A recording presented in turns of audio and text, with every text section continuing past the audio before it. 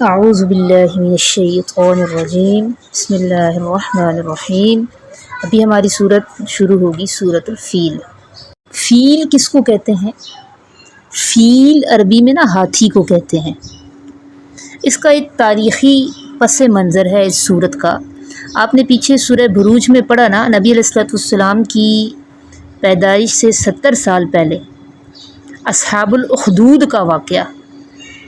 ذو النواس جو بادشاہ تھا یمن کا، میں نے بتایا تھا کہ اس نے بہت بڑی تعداد میں لوگوں کو آگ کے گڑھوں میں پھینک کر ہلاک کر دیا تھا، تو انہیں زندہ جلا دیا تھا، جن میں سے ایک آدمی زندہ بچ گیا تھا، وہ روم کے بادشاہ کے پاس گیا تھا۔ اس وقت روم کے بادشاہ کو قیصر کہا جاتا تھا، تو وہاں پہ جا کے اس نے ظلم کی داستان سنائی تھی۔ چنانچہ اس نے حبشہ کا جو بادشاہ تھا، وہ بھی عیسائی تھا، اس کو خط لکھا تھا کہ ظالم بادشاہ کی سرکوبی کے لیے انتظام کرو۔ پھر اس کے 2 کمانڈر تھے حبشہ کے بادشاہ کے، اریات اور ابرہہ۔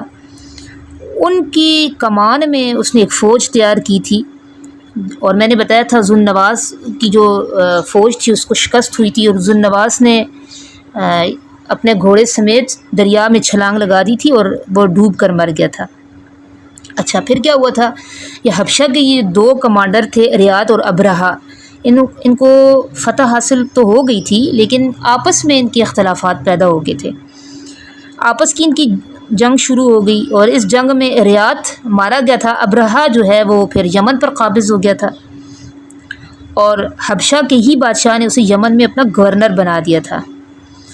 تو ابرہہ بھی اس وقت کے مطابق دین عیسوی پر نصرانی تھا، لیکن جس طرح آج دیکھیں مسلمان نام ہے تو رکھا ہوا مسلمان ہوتا ہے، لیکن بہت سارے غلط کام کر رہے ہوتے ہیں، تو وہ بھی بہت ظالم بادشاہ تھا، اور گورنر مقرر ہونے کے بعد اس نے پھر مزید یہ روپ اختیار کر لیا تھا، ظالم بادشاہ کا روپ اختیار کر لیا تھا۔ اچھا، اس نے جب دیکھا تھا نا کہ یمن کے جو لوگ ہیں وہ ہر سال حج کا موسم آتا ہے تو بیت اللہ شریف جاتے ہیں، وہاں طواف کرتے ہیں، حجاز جاتے ہیں، تو اس نے مسلمانوں کو بیت اللہ کی زیارت سے روکنے کے لیے صنعاء میں عالی شان ایک کلیسا بنوایا تھا۔ بڑے اس میں خوبصورت نقش و نگار بنائے تھے، ہیرے جواہرات لٹکا دیے تھے، اور ایک اناؤنسمنٹ کی تھی، ایک اعلان کیا تھا کہ لوگ اب اس گرجے کا طواف کریں گے اور بیت اللہ کے طواف کے لیے نہیں جائیں گے۔ اب یمن کے باشندے جو تھے وہ عربی النسل تھے، ان کے دل میں تو حضرت ابراہیم علیہ السلام کے تعمیر کردہ بیت اللہ کی بڑی قدر و منزلت تھی۔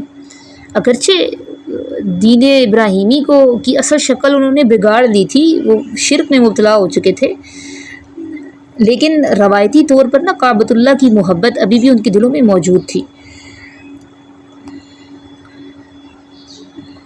چنانچہ وہ جو لوگ یمن میں رہ رہے تھے اور ابرہہ کے ماتحت تھے، وہ تو سخت ٹینشن میں آگے، سخت پریشان ہوئے، اور جو یمن سے باہر سے آنے والے تھے وہ تو اس کے حکم کو ماننے کو بالکل تیار نہ تھے۔ پھر 2 واقعات ایسے ہو گئے جس پر اس کو تحریک ملی ابرہہ کو کہ یہ بیت اللہ پر حملہ کرے۔ وہ 2 واقعات کون سے تھے؟ پہلا واقعہ تو یہ ہوا کہ عربوں کا ایک قبیلہ تھا بنو کنانہ، اس کے ایک شخص نے اس گرجے میں جو ابرہہ نے تیار کیا تھا وہاں جا کر گندگی کر دی تھی، کہ پخانہ کر دیا، کیونکہ اس کے دل میں نفرت تھی نا کہ اس نے بیت اللہ کی زیارت سے لوگوں کو روک رہا ہے، چنانچہ اس نے وہاں پہ گندگی کر دی۔ دوسرا واقعہ یہ پیش آیا کہ گرجے کے قریب عربوں کا کوئی قافلہ اترا تھا، انہوں نے آگ جلائی، اس آگ کی ایک چنگاری اڑ کر گرجے پر پڑی، جس سے آگ لگ گئی اور گرجے کا بہت سارا قیمتی سامان جل گیا۔ تو یہ جو 2 واقعات ہوئے، اس وجہ سے پھر ابرہہ کے غصے کی کوئی انتہا نہ رہی۔ اس نے یہ ارادہ کیا کہ اب میں بیت اللہ کو گرا دوں گا، اور اس کام کے لیے پھر اس نے لشکر بھی تیار کیا، جو کہ 60,000 کا کہا جاتا ہے لشکر تھا۔ اچھا، اس زمانے میں یہ میں سیرت کے لیکچرز میں بھی بتا چکی ہوں کہ عرب کا خطہ جو ہے یہ آزاد تھا، کوئی منظم حکومت نہیں تھی اس میں، نہ یہ رومیوں کے ماتحت تھا نہ ایرانیوں کے، قبائلی سسٹم تھا۔ البتہ جو مکہ کے قریش تھے، خاندان قریش، ان کو سب لوگ عزت کی نگاہ سے دیکھتے تھے اور ان کے فیصلوں کو مانا کرتے تھے، اور چونکہ وہاں سیاسی غلبہ نہیں تھا تو ابرہہ کو یہ بھی خیال آیا کہ میں بیت اللہ کو بھی گرا دوں گا اور یہ جو سرزمین ہے اس پر سیاسی غلبہ بھی حاصل کروں گا۔ یوں اس نے جو 60,000 کا لشکر تھا وہ لے کر مکہ پر چڑھائی کر دی۔ اچھا، اس لشکر میں جو اس وقت کے مطابق ایک نئی بات تھی نا، وہ ہاتھیوں کی موجودگی تھی۔ اس سے عرب لوگ ناواقف تھے، اور ہاتھی وہ کیوں ساتھ لے کر آیا تھا، بڑے بڑے ہاتھی کیوں ساتھ لایا تھا؟ اس کا مقصد یہ تھا کہ ہاتھیوں کے پاؤں سے میں زنجیریں باندھ کر بیت اللہ کے ستونوں سے باندھ دوں گا، پھر ان کو میں ہانکوں گا تو اس طرح معاذ اللہ بیت اللہ گر جائے گا۔ اچھا، ان ہاتھیوں کا ایک سردار بھی تھا، اس سردار ہاتھی کا نام تھا محمود، وہ سب سے بڑا ہاتھی تھا، اور اس پر ابرہہ خود سوار ہو کر کمان کر رہا تھا لشکر کی۔ اچھا، ایسا نہیں تھا کہ اس وقت لوگوں نے مزاحمت نہیں کی، درمیان میں راستے میں کچھ عرب قبائل آئے تھے جنہوں نے اس کی مزاحمت کی تھی کہ اللہ کے گھر کو نہ گراؤ، لیکن ان کو شکست ہوئی تھی اور ان کے جو کمانڈر تھے وہ بھی گرفتار ہو گئے تھے، یعنی قبائل جتنے بھی راستے میں مزاحمت کر رہے تھے نا وہ مغلوب ہوتے جا رہے تھے۔ یوں جو ابرہہ تھا وہ بلا خوف و خطر مکہ کے قریب جو وادی محصر وہاں پہنچ گیا۔ یہ مزدلفہ کے قریب ہے اور یہاں سے مکہ بس 4 یا 5 میل کے فاصلے پر ہے۔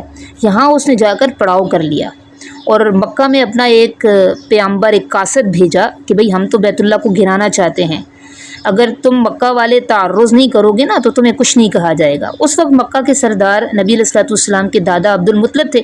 یہ جو واقعہ نا، یہ کا جو بھیجا ہوا قاصد تھا، ایلچی تھا، وہ عبد المطلب سے ملا اور انہیں یہ پیشکش بھی کی کہ اگر وہ چاہتے ہیں تو ابرہہ سے ملاقات بھی کرائی جا سکتی ہے۔ تو حضرت عبد المطلب جو تھے انہوں نے اس پیشکش کو قبول کر لیا، اور اس دوران ایک واقعہ یہ بھی ہوا کہ جو ابرہہ کا لشکر تھا، جو اس کے فوجی تھے نا، انہوں نے عبد المطلب کے 200 اونٹ چرا لیے تھے، پکڑ لیے تھے۔ تو جب عبد المطلب ابرہہ کے دربار میں پہنچے، عبد المطلب کا جو ظاہری شخصیت تھی وہ قدآور تھے، وجیح اور باروب پرسنالٹی تھی۔ ابرہہ نے دیکھا ان کو تو بڑا متاثر ہوا، اپنی جگہ سے اٹھ کر نیچے اتر آیا اور انہیں اپنے پاس بٹھایا۔ پھر ترجمان کے ذریعے گفتگو کا آغاز ہوا، جیسے آج جب غیر زبان کے حامل کسی ایلچی سے یا کسی ملک کے سربراہ سے جب بات کی جاتی ہے تو ترجمان کی ضرورت پڑتی ہے، ٹھیک ہے؟ تو اس وقت بھی پھر ترجمان کے ذریعے گفتگو ہوئی۔ ابرہہ نے ہم سے پوچھا بھی آپ کیا چاہتے ہیں؟ انہوں نے جواب دیا کہ آپ کے لشکر نے میرے 200 اونٹ قبضے میں کر لیے ہیں، میں ان اونٹوں کی واپسی چاہتا ہوں۔ ابرہہ ہنسا اور اس نے کہا بھئی میں تو آپ کو عقلمند سمجھتا تھا، مگر آپ نے عقلمندی کی بات نہیں کی، میں آپ کا بیت اللہ گرانے آیا ہوں، اس کی تو آپ کو فکر نہیں ہے، مگر اونٹوں کی واپسی کا مطالبہ کر رہے ہیں۔ عبد المطلب نے پھر اس پر جواب دیا بھئی اونٹوں کا مالک میں ہوں، اس لیے میں ان کا مطالبہ کر رہا ہوں، اور بیت اللہ کا مالک اللہ ہے، وہ خود اس کی حفاظت کرے گا۔ یہ حضرت عبد المطلب کا جواب تھا۔ تو یہ جواب سن کر بھی ابرہہ بہت ہنسا اور کہنے لگا تمہارا خدا اس کی حفاظت نہیں کر سکتا۔ تو تکبر میں، اور اس کو چونکہ ایک گورنری کا عہدہ بھی مل گیا تھا نا، تو اس زوم میں، لیکن بہرحال اس نے اپنی فوج کو حکم دیا کہ جو ان کی اونٹ آپ لوگوں نے پکڑے نا وہ ان کو واپس کر دیں۔ اچھا، اس دوران عبد المطلب کے جو بعض ساتھی تھے انہوں نے ابرہہ کو بھی ایک پیشکش کی کہ بیت اللہ کو مت گراؤ، اس کے عوض اسے تہامہ کی 1/3 جو آمدنی آتی ہے وہ بطور خراج ادا کی جائے گی، اور ہم اس کی ماتحتی بھی قبول کر لیں گے۔ مگر ابرہہ اس بات پر ایگری نہیں ہوا، رضامند نہیں ہوا۔ اب پھر عبد المطلب اور ان کے ساتھی واپس آئے تو بیت اللہ کی دیواروں سے لپٹ کر دعائیں مانگنا شروع کی کہ وہ دعائیں کیا تھیں کہ اے مولا کریم، ہم میں ابرہہ کے لشکر کے ساتھ مقابلہ کرنے کی ہمت نہیں ہے، لہٰذا تو ہی اپنے گھر کی حفاظت فرما۔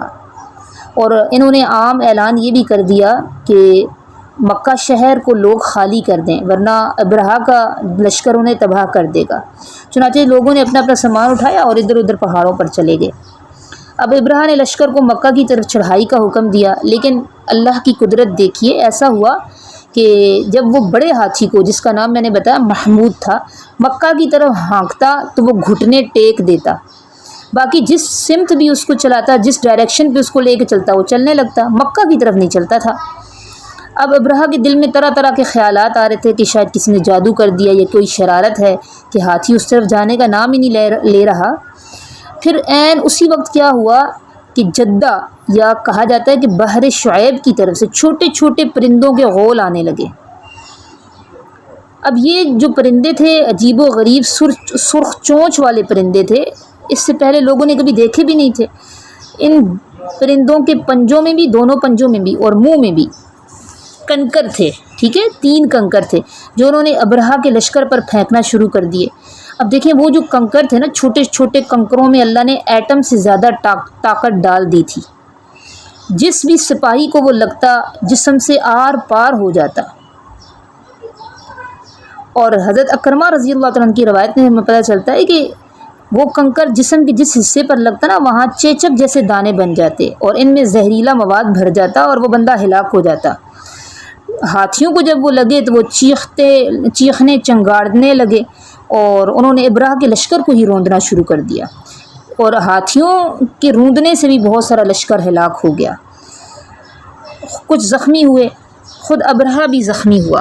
اچھا یہاں پہ ایک بات سمجھ لیں، دیکھیں میں نے آپ کو بتایا کہ یہ جو واقعہ ہے نبی علیہ السلام کی پیدائش سے پہلے کا، یہ پہلے کا نہیں ہے، اسی سال نبی علیہ السلام کی پیدائش ہوئی تھی، ٹھیک ہے، جس سال نبی علیہ السلام کی پیدائش ہوئی تھی اسی سال ہاتھیوں کے لشکر نے حملہ کیا تھا، اور اس حملے کو ختم کرنے کے لیے اللہ تبارک و تعالیٰ نے پھر پرندوں کو بھیجا تھا، ابابیل کو بھیجا تھا، اور بڑا معروف یہ قصہ ہے، ہم بچپن سے ہی اپنے کورس کی کتابوں میں پڑھتی آ رہی ہیں۔ تو یہ سجیل کا تذکرہ ہے سورہ فیل میں، ہم پڑھتے ہیں سجیل جو تھے نا، یہ خاص جہنم کی آگ میں پکائے گئے پتھر تھے، یہ عام پتھر نہیں تھے کہ کسی بھی جگہ سے انہوں نے اٹھا لیے، پہاڑوں سے اٹھا لیے اور آ کر برسانا شروع کر دیے، یہ جہنم کی آگ میں پکائے ہوئے پتھر تھے جنہوں نے ایٹم کے ذروں جتنا کام کیا تھا، اور اس وقت دنیا اس نقطے پر پہنچی تھی کہ ایک ذرے سے بھی اتنی بڑی بڑی چیزیں تباہ کی جا سکتی ہیں۔ تو یہ اصل چیز تو اس کو اسلام نے پیش کیا تھا، قرآن نے پیش کیا تھا، پھر اپنی اپنی سوچ اور کارناموں اور محنت کے مطابق لوگ اس نقطے پر پہنچے کہ یہ ایٹم کا ذرہ کیا ہے۔ لیکن یہاں پہ ایک بات یہ بھی سمجھ لیں کہ ایٹم کے ذرے کا اسی سال پیدا ہونا جس سال نبی علیہ السلام پیدا ہوئے، یہ بھی کوئی اتفاق نہیں ہے۔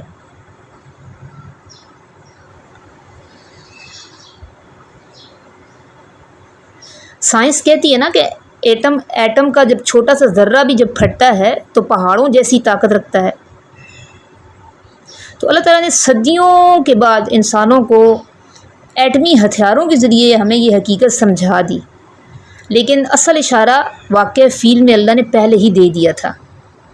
تو اب واپس چلتے ہیں، ہم کہاں پہ پہنچے تھے کہ ابرہہ زخمی ہو گیا تھا اور اسی کچھ ساتھی بھی زخمی ہوئے تھے، اور جو ابرہہ کے ہاتھیوں کو جو 2 لوگ چلا رہے تھے نا، وہ اندھے ہو گئے تھے اور وہیں مکہ میں رہ گئے تھے، اور پھر مکہ کے لوگ اس بات کی گواہی دیتے تھے کہ انہوں نے نہایت ذلت کی زندگی بسر کی، مکہ کی گلیوں میں بھیک مانگا کرتے تھے، اور اللہ تعالیٰ کو ابھی ابرہہ کی اور ذلت منظور تھی، لہٰذا وہ واپس آیا یمن میں، اور اسے ایک ایسی بیماری لگ گئی کہ اس کے اعضاء آہستہ آہستہ گرنا شروع ہو گئے، جیسے جذام کی بیماری ہوتی ہے نا، آہستہ آہستہ سارا جسم گل جاتا ہے، تو اس طرح اس کے اعضاء، اس کے پارٹس آف باڈی اس طرح گلنے لگے اور وہ ہلاک ہو گیا۔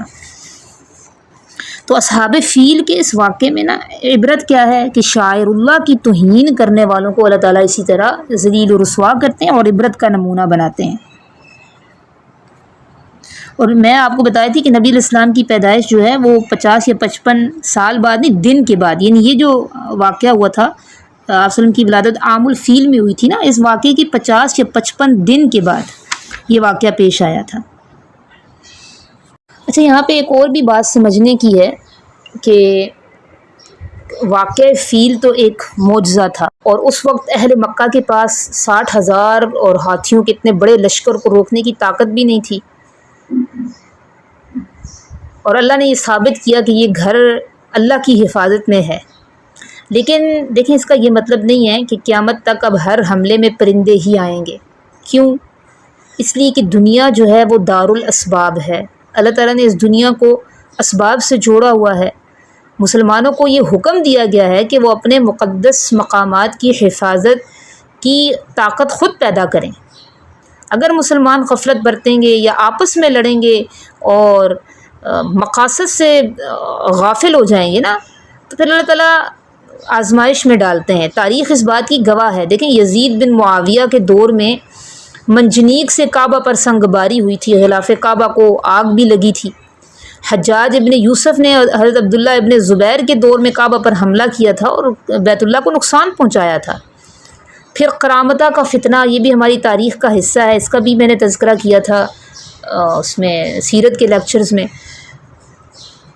انہوں نے کرامتہ نے مکہ پر قبضہ کر لیا تھا، ہزاروں حاجیوں کو شہید کیا تھا، حجر اسود یہ اکھاڑ کر لے گئے تھے، جو کافی عرصے کے بعد پھر ان سے واپس مسلمانوں نے لایا تھا، کافی عرصے ان کے قبضے میں رہا تھا۔ تو ان تمام واقعات میں ابابیل نہیں آئے، کیونکہ یہ امت کے لیے آزمائش اور مسلمانوں کی اپنی کمزوریوں کا نتیجہ تھے۔ ٹھیک ہے، تو کعبے کی حفاظت کی دو صورتیں ہیں۔ ایک تو تکوینی حفاظت ہے، اللہ نے بیت اللہ کو ایک ایسی ہیبت اور تقدس دیا ہے، عطا کی ہے کہ کوئی بھی اسے روئے زمین سے مٹانے میں کبھی کامیاب نہیں ہو سکا۔ حملے بھی ہوئے، نقصان بھی پہنچا، لیکن کعبہ آج بھی الحمدللہ پورے عالم اسلام کا سینٹر ہے، مرکز ہے۔ پھر دوسری حفاظت کی صورت یہ ہے کہ یہ مسلمانوں کی ذمہ داری ہے کہ وہ اس کی حرمت کی حفاظت کریں۔ تو اگر وہ اس میں ناکام ہوگے نا، تو یہ ان کی ایمانی اور دنیاوی تقصیر ہے۔ اور ہمیں احادیث مبارکہ سے بھی پتہ چلتا ہے کہ قیامت کے قریب پھر ایک دبلی ٹانگوں والا حبشی کعبے کو گرائے گا، اور اس وقت اللہ تعالیٰ اس کو نہیں بچائیں گے، کیونکہ اس وقت زمین پر ایمان والے ہی ختم ہو چکے ہوں گے، ایمان والا کوئی نہیں رہے گا، اور کعبہ کی ضرورت ختم ہو چکی ہوگی، اور اس کے فوراً بعد پھر قیامت آ جائے گی۔ اب سورہ فیل شروع کرتے ہیں۔ میں نے پس منظر تو آپ کو بتا دیا۔ الم ترى، کیا نہیں آپ نے دیکھا، کیفا کیسے، فعال کیا، ربک آپ کے رب نے، باصحاب الفیل ہاتھی والوں کے ساتھ۔ الم یجعل، کیا نہیں کر دیا، کیدہم ان کی چالوں کو، فی تضلیل بیکار، تضلیل ضلالت، ذلیل یہ ضلال کہتے ہیں نا گمراہی کو، کیا نہیں کر دیا ان کی چالوں کو، فی تضلیل بیکار۔ وارسل علیہم، اور بھیجے ان پر، طیرن پرندے، ابابیل جھنڈ کے جھنڈ، غول در غول۔ اچھا، پرندوں کے جو بہت سارے پرندے اکٹھے اڑے ہوں نا، ان کو غول کہتے ہیں، پرندوں کا غول۔ اور بھیجے ان پر پرندے غول در غول۔ ابابیل پرندے کا نام نہیں ہے، اس کا مطلب ہے غول در غول۔ وہ پرندے کیا کرتے تھے، ترمیہم، وہ پھینکتے تھے ان پر، بحجارۃ، کنکریاں، من سجیل، سجیل یہ کہتے ہیں ایسی مٹی کے پتھر جس کو آگ میں پکایا گیا ہو۔ تو آپ اس کے معنی میں کیا لکھیں گے، پکی ہوئی مٹی کے پتھر، پکی ہوئی مٹی کے پتھر۔ وہ پھینکتے تھے ان پر پتھر، من سجیل، پکی ہوئی مٹی کے، یا سنگ گل بھی اس کو کہتے ہیں۔ ٹھیک ہے، سجیل کا مطلب سنگ گل کیا گیا، سنگ پتھر اور گل مٹی، یعنی ایسی مٹی جسے آگ میں پکا کر پتھر کی طرح سخت کر دیا گیا ہو۔ سنگ گل بھی لکھ سکتے ہیں، سنگ گل کے پتھر۔ فجعلہم، پھر کر دیا ان کو، کعصف، بھوسے کی طرح، مأکول، کھائے ہوئے، پھر کر دیا ان کو کھائے ہوئے بھوسے کی طرح۔ ربنا تقبل منا انک انت السمیع العلیم۔